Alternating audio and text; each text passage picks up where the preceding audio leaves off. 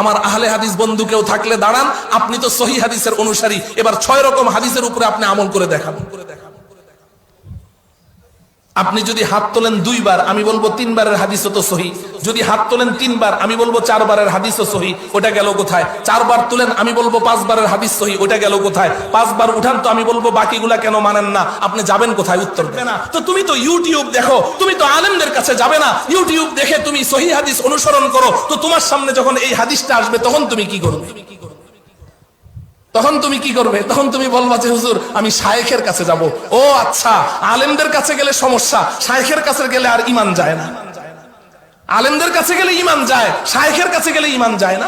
কোরআনে কারীমের মধ্যে অনেক সময় এক শব্দের অনেকগুলো অর্থ আছে না নাই?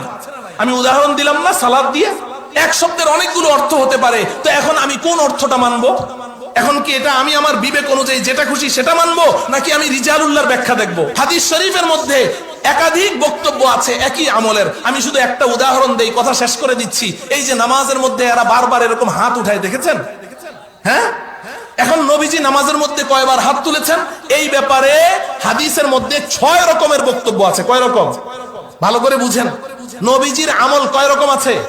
6 রকম। ইমামে বুখারী রাহমাতুল্লাহি আলাইহি বুখারী শরীফের মধ্যে যেই পৃষ্ঠার মধ্যে এনেছেন ইবনে ওমর রাদিয়াল্লাহু তাআলা আনহুর হাদিস, নবীজি নামাজের মধ্যে 3 বার হাত উত্তোলন করেছেন। তাকবীরে তাহরিমার সময়, রুকুতে যাওয়ার সময়, রুকু থেকে উঠে দাঁড়ানোর পরে 3 বার হাত উত্তোলন করেছেন। ইমাম বুখারী রাহমাতুল্লাহি আলাইহি বুখারী শরীফের যেই পৃষ্ঠার মধ্যে এই হাদিসটা বর্ণনা করেছেন, ওই পৃষ্ঠার নিচে আবার ইবনে ওমর রাদিয়াল্লাহু তাআলা আনহুর বর্ণনা সূত্রে আরেকটা হাদিস এনেছেন। নবীজি সাল্লাল্লাহু আলাইহি সাল্লাম নামাজের মধ্যে 4 বার হাত উত্তোলন করেছেন।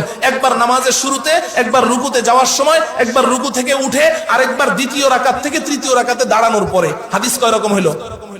কথা বলেন, কয় রকম হলো হাদিস? তাইলে বুখারী শরীফেই নবীজির হাত উঠানোর আমল কয় রকম পাওয়া গেল? 2 রকম পাওয়া গেল, 3 বার 4 বার। এবার মুয়াত্তা ইমাম মালিক খোলেন, ইমামে মালিক রাহমাতুল্লাহ আলাইহির আল মুয়াত্তা। ওনারা তো বুখারী মুসলিম ছাড়া আর হাদিসের কিতাবই চিনে না, অথচ মুয়াত্তা ইমাম মালিকের প্রত্যেকটা হাদিস সহিহ, প্রত্যেকটা হাদিস সহিহ। ইমামে মালিক রাহমাতুল্লাহি আলাইহি মুয়াত্তা ইমাম মালিকের মধ্যে এনেছেন ইবনে ওমরের সূত্রে নবীজি নামাজের মধ্যে 2 বার হাত তুলতেন। হাদিস কয় রকম হলো? কয় রকম হলো? 3 রকম।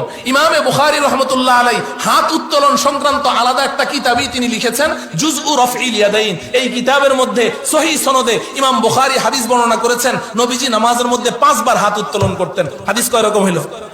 কয় রকম হলো? 4 রকম। ইমামে তাহাবী রাহমাতুল্লাহি আলাইহি শরহ মাআনিল আসারের মধ্যে তিনি হাদিস বর্ণনা করেছেন, কানা রাসূলুল্লাহ সাল্লাল্লাহু আলাইহি সাল্লাম ইয়ারফাউ ইয়াদাইহি ফি কুল্লি রাফইন ওয়া খাফজিন। নবীজি নামাজের প্রত্যেক উঠা বসায় হাত উঠাইতেন। হাদিস কয় রকম হলো? 5 রকম।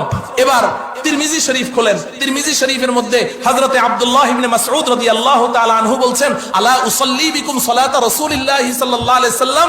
এই আমার ছাত্ররা শোনো, আমি নবীজিকে যেভাবে নামাজ পড়তে দেখেছি, আমি কি তোমাদেরকে ওইভাবে নামাজ পড়ে দেখাবো? তো ছাত্ররা বলল যে হ্যাঁ দেখান। ফাসাল্লা ওয়া লাম ইয়ারফা ইয়াদাইহি ইল্লা ফি আউয়ালি মাররাতিন।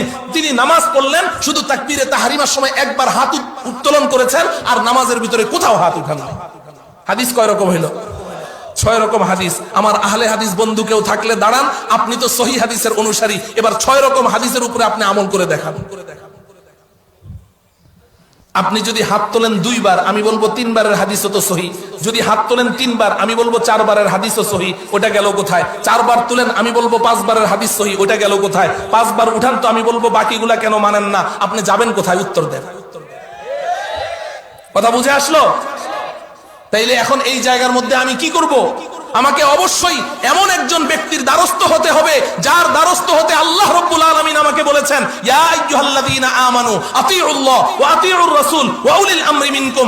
এই ঈমানদারেরা, আল্লাহর অনুসরণ করো, আল্লাহর রাসূলের অনুসরণ করো। যাকে অনুসরণ করতে হয় তাকে দেখে দেখে অনুসরণ করতে হয়। যেহেতু আল্লাহকে দেখা যায় না, রাসূলকে পাঠিয়েছেন, রাসূলের অনুসরণ করো। সাহাবায়ে কেরাম রাসূলকে দেখেছেন, মান ইউতিইর রাসূলা ফাকাদ আতা আল্লাহ। আল্লাহ ঘোষণা দিলেন, আমার রাসূলকে দেখে দেখে অনুসরণ করো। যে আমার রাসূলের অনুসরণ করবে সে আমি আল্লাহকেই অনুসরণ করব। কিন্তু সাহাবায়ে কেরাম রাসূলকে দেখেছেন, আমাদের সামনে তো রাসূল নেই, এখন আমরা কাকে দেখে অনুসরণ করব? আল্লাহ রাব্বুল আলামিন আমাদেরকে কি একা ছেড়ে দিয়েছেন, না কোনো ব্যবস্থা রেখেছেন? কথা বলেন না কেন?